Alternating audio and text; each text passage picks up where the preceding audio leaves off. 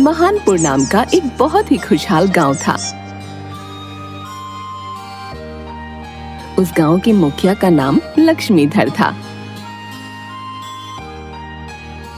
दिवाकर और श्यामलाल अपनी समस्या लेकर मुखिया के सामने खड़े होते हैं। मुखिया जी, हम सच कह रहे हैं, श्यामलाल की मुर्गी को हमने देखा भी नहीं, और जब देखा ही नहीं तो उसे काट कर खाने की तो बात ही दूर है। नहीं मुखिया जी, ये सरासर झूठ बोल रहा है। हमें पक्का मालूम है, हमारी मुर्गी को इसने ही काट कर खा लिया है। तुम इतने विश्वास के साथ कैसे कह सकते हो? हमारी बीवी ने अपनी आंखों से देखा था कि हमारी मुर्गी उसके खेत में चली गई थी, और इतना ही नहीं, उसके पंख भी दिवाकर एक पॉलिथीन भरकर फेंकने ले जा रहा था। मैं कैसे मान लूं कि तुम जो कह रहे हो कि तुमने जो देखा वो सब सच है? मुखिया जी, हम झूठ काहे बोलेंगे? हम एक सीधे साधे आदमी हैं। दिवाकर की वजह से हमारा नुकसान हो गया है, हम बस उसकी भरपाई चाहते हैं। नहीं, तुम्हारी मुर्गी कहीं भाग गई होगी, इसमें दिवाकर की कोई गलती नहीं है। अब जाओ, यहाँ पर समय मत बर्बाद करो, और तुम्हारी सजा है कि तुम 10 किलो सेब और 10 दर्जन केला मेरे घर पर आज रात तक पहुंचाओ। मुखिया जी, मेरी क्या गलती है? 10 किलो नारंगी भी। जल्दी जाओ वरना और बढ़ा दूंगा।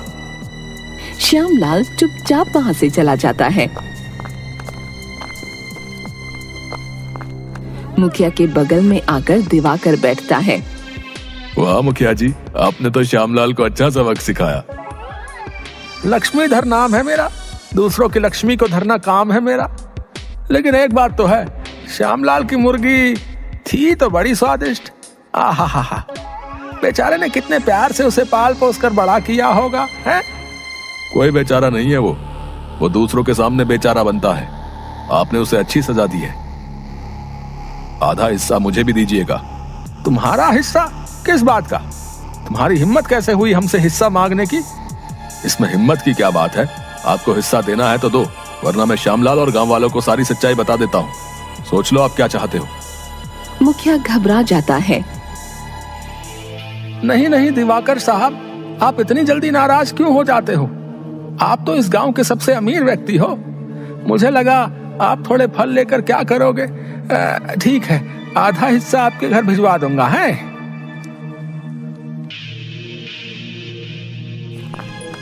इधर श्यामलाल अपने घर पहुंचता है। उसकी पत्नी दुलारी उसे पानी लाकर देती है। क्या हुआ जी? मुखिया जी ने क्या कहा? मुखिया क्या कहेगा, वो तो दिवाकर का ही पक्ष ले रहा था। दिवाकर उसे पहले से ही अपने पैसों का रौब दिखा चुका होगा और खिला पिला कर रखा होगा। मेरी तो एक भी बात सुनने को तैयार नहीं था। मुखिया जी ने अंतिम निर्णय क्या सुनाया? हमें 10 किलो सेब और नारंगी और 10 दर्जन केला उनके घर आज शाम तक पहुंचाना है।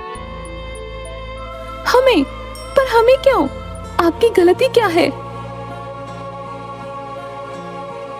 अब तो मुखिया के चुनाव भी आने वाले हैं। इस बार हम अपना मुखिया बदल देंगे। तुम तो लक्ष्मीधर को जानती ही हो, वो अपनी मीठी मीठी बातों से सबको अपनी तरफ कर लेता है। और तो और दिवाकर जैसे अमीर लोग पैसों से भी लोगों को खरीद लेते हैं और अपने पसंद का मुखिया बनवाते हैं। आप मुखिया के इलेक्शन में क्यों नहीं खड़े होते? इस गांव को आपके जैसे मुखिया की जरूरत है। आपको ये करना चाहिए। मुखिया और मैं? नहीं, मैं ये सब नहीं कर पाऊंगा। करिए ना, इसमें सबकी भलाई है। नहीं तो इस लालची मुखिया और पैसे वाले लोगों के चक्कर में हमारा गांव बर्बाद हो जाएगा। हाँ, तुम सही कह रही हो। ठीक है, मैं करता हूँ। गांव में इलेक्शन का माहौल बनने लगता है।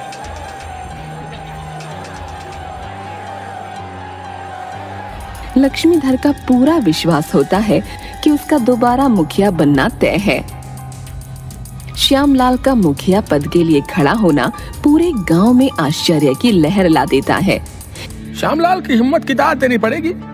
लक्ष्मीधर के सामने खड़ा होने के लिए बहुत हिम्मत की जरूरत है।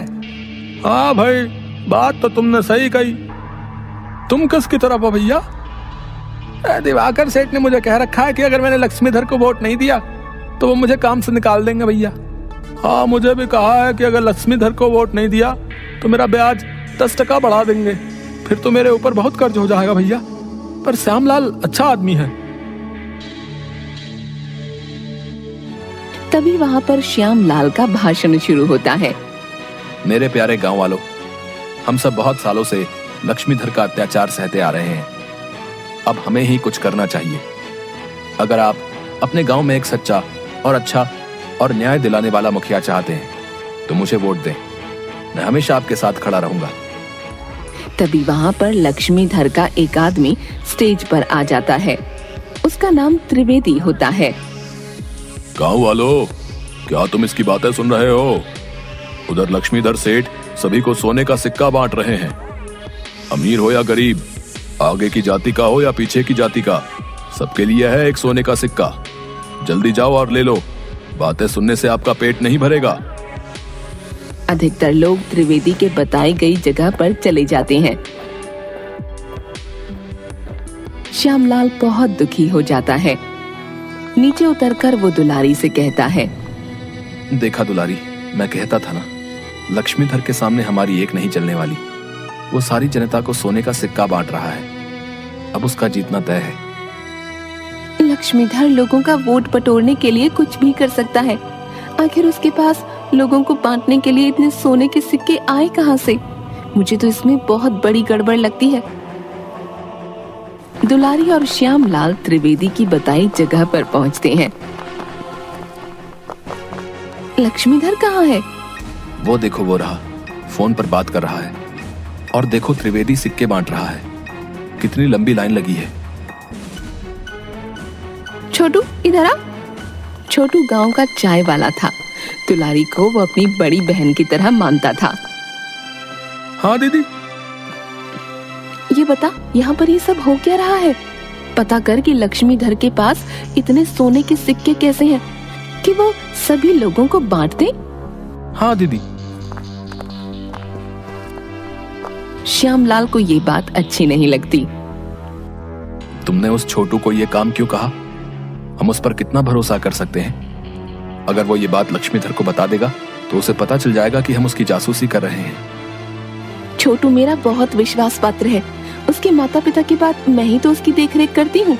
और वो चाय बेचता है तो वो सभी लोगों के मुंह से सभी तरह की बातें सुन सकता है। तुम्हें आदमियों की परख है। तुम कह रही हो तो ठीक है, मैं मान लेता हूँ। थोड़ी देर बाद छोटू आता है और दुलारी को बताता है, दीदी आप ठीक कह रही थी, इसमें बहुत बड़ी गड़बड़ है। सोने के सिक्के पड़ोस के गांव के बदनाम गांजा डाकू से खरीदे हैं। वो तो जरूर ये सब कहीं से लूट कर लाया होगा। मुखिया अभी फोन पर बात कर रहा था।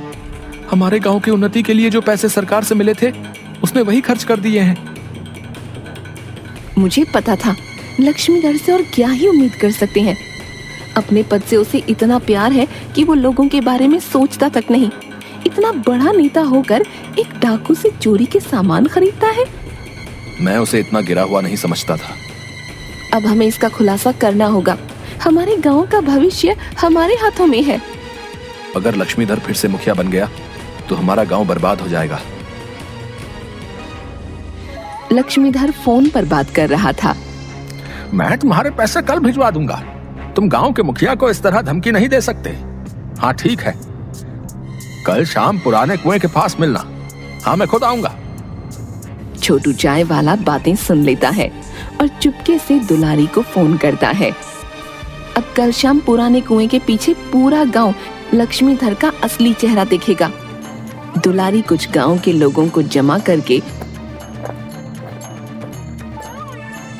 पुराने कुएं के पीछे एक छिपने की जगह पर छुप जाती है। वो लोग इंतजार करते रहते हैं पर लक्ष्मीधर नहीं आता। मैंने तो पहले ही कहा था, हमारे गांव के मुखिया में कोई खोट नहीं है। श्यामलाल जीतने के लिए ये सब अफवाहें उड़ा रहा है। चलो सब घर चलते हैं। बूढ़ा आदमी अपनी छुपने की जगह से निकलता है। तभी गांजा डाकू वहां पहुंचता है। लक्ष्मीधर, यही है तुम्हारा जासूस। अब तुम ही तय करो कि इसे सजा क्या देनी है। लक्ष्मीधर अपने 2 आदमियों को चाकू लेकर उस बुजुर्ग आदमी की गर्दन पर रखने को कहता है। तुम लोगों को मैं इतने साल से खिला पिला रहा हूँ, हैं? तब भी तुम ऐसी हरकतें करते हो। नीच लोगों को कोई समझ नहीं होती। उसके मुंह से जैसे ही ये शब्द निकलते हैं, छुपने की जगह से सारे गांव वाले निकल आते हैं और श्यामलाल लक्ष्मीधर और गांजा डाकू पर हमला बोल देता है।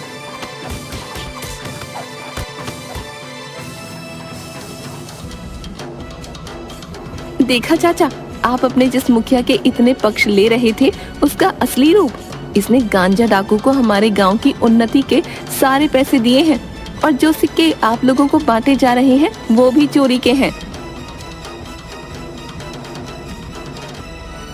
सारे गांव वाले बहुत ही आक्रोश में आ जाते हैं और मुखिया पर हमला कर देते हैं। श्यामलाल और दुलारी किसी तरह लोगों को संभालते हैं और दोनों को गांव के पुलिस के हवाले कर देते हैं। सारे गांव वाले लक्ष्मीधर के खिलाफ बयान देते हैं और फिर श्यामलाल गांव का मुखिया बन जाता है। देखा, मैं कहती थी ना, आप अगर सच्चे दिल से लोगों की सेवा करना चाहते हो तो आप मुखिया जरूर बन जाओगे।